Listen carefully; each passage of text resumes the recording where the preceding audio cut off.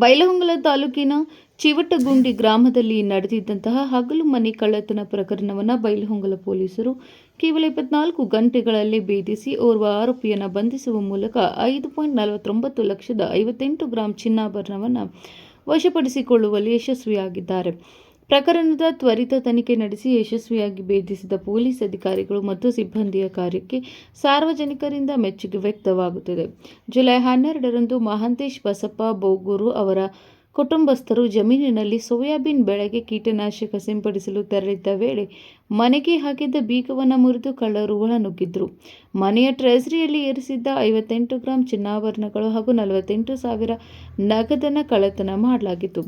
ಈ ಕುರಿತು ಮಹಾಂತೇಶ್ ಬೋಗೂರು ಅವರು ನೀಡಿದ ದೂರಿನ ಮೇರೆಗೆ ಬೈಲಹೊಂಗಲ ಪೊಲೀಸ್ ಠಾಣೆಯಲ್ಲಿ ಪ್ರಕರಣ ದಾಖಲಿಸಿಕೊಂಡು ತನಿಖೆ ಆರಂಭಿಸಲಾಗಿತ್ತು. ಪ್ರಕರಣವನ್ನು ಗಂಭೀರವಾಗಿ ಪರಿಗಣಿಸಿದ ಪೊಲೀಸರು ವಿಶೇಷ ತಂಡ ರಚಿಸಿ ತನಿಖೆ ನಡೆಸಿ 24 ಗಂಟೆಗಳಲ್ಲೇ ಪ್ರಕರಣವನ್ನು ಭೇದಿಸಿ ಜುಲೈ 16ರಂದು ಚಿವಟಗುಂಡಿ ಗ್ರಾಮದ ಪ್ರಕಾಶ್ ರಾಯಪ್ಪ ಮಲ್ಲೂರ್ 40 ವರ್ಷ ಎಂಬಾತನನ್ನು ಬಂಧಿಸಿದ್ರು. ಆರೋಪಿಯಿಂದ ಕಳ್ಳತನವಾಗಿದ್ದ 5.49 ಲಕ್ಷ ಮೌಲ್ಯದ 58 ಗ್ರಾಂ ಚಿನ್ನಾಭರಣವನ್ನು ವಶಪಡಿಸಿಕೊಳ್ಳಲಾಗಿದ್ದು, ಆರೋಪಿಯನ್ನು ನ್ಯಾಯಾಂಗ ಬಂಧನಕ್ಕೆ ಒಪ್ಪಿಸಲಾಗಿದೆ. ಕಳವಾಗಿದ್ದ 48,000 ನಗದು ಕುರಿತು ತನಿಖೆ ಮುಂದುವರೆದಿದೆ. ಜಿಲ್ಲಾ ಪೊಲೀಸ್ ಅಧೀಕ್ಷಕ ಕೆ ರಾಮರಾಜನ್, ಹೆಚ್ಚುವರಿ ಪೊಲೀಸ್ ಅಧೀಕ್ಷಕ ಆರ್.ಬಿ. ಬಸರ್ಗೆ ಹಾಗೂ ಬೈಲಹೊಂಗಲ ಉಪವಿಭಾಗದ ಡಿವೈಎಸ್ಪಿ ಡಾ. ವೀರಯ್ಯ ಹಿರೇಮಠ ಅವರ ಮಾರ್ಗದರ್ಶನದಲ್ಲಿ police inspector Pramod C. Yaligar ನೇತೃತ್ವದ ವಿಶೇಷ ತಂಡ ಈ ಕಾರ್ಯಾಚರಣೆ ನಡೆಸಿತು.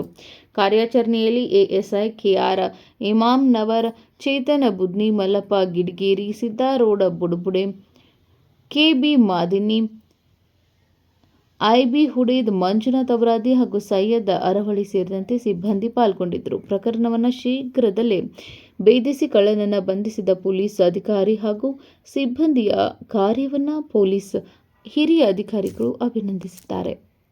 ಎಲ್ಲರಿಗೂ ನಮಸ್ಕಾರ.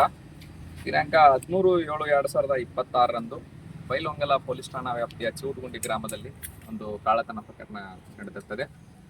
ಈ ಕಳ್ಳತನ ಪ್ರಕರಣದಲ್ಲಿ ಬೈಲಹೊಂಗಲ ಪೊಲೀಸ್ ಠಾಣೆಯಲ್ಲಿ ಅಪರಾಧ ಸಂಖ್ಯೆ 244/2026 ಕಲಂ 305 ಮತ್ತು 331 ಸಬ್ಸೆಕ್ಷನ್ 3 ಅಡಿಯಲ್ಲಿ ಪ್ರಕರಣ ದಾಖಲಾಗಿ ತನಿಖೆಯನ್ನು ಕೈಗೊಂಡಿರುತ್ತದೆ.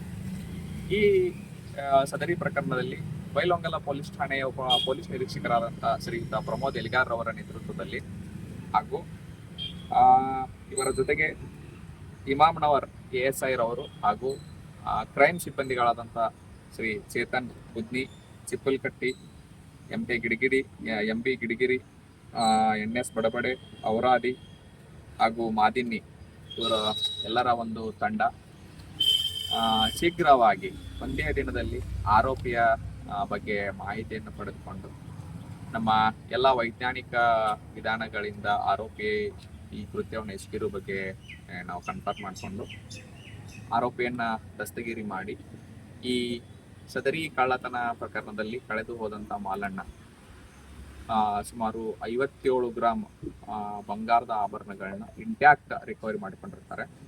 ಇದು ಬೈಲಹೊಂಗಲ ಅಪರಾಧ ಪತ್ತೆಯಲ್ಲಿ ಇಷ್ಟೊಂದು ಕಡಿಮೆ ಸಮಯದಲ್ಲಿ ಇಂಟ್ಯಾಕ್ಟ್ ಮಾಲನ್ನ ರಿಕವರ್ ಮಾಡಿರ್ತಕ್ಕಂಥದ್ದು ಇದು ಒಂದು ಪ್ರಥಮ ಪ್ರಕರಣ ಆಗಿರ್ತದೆ.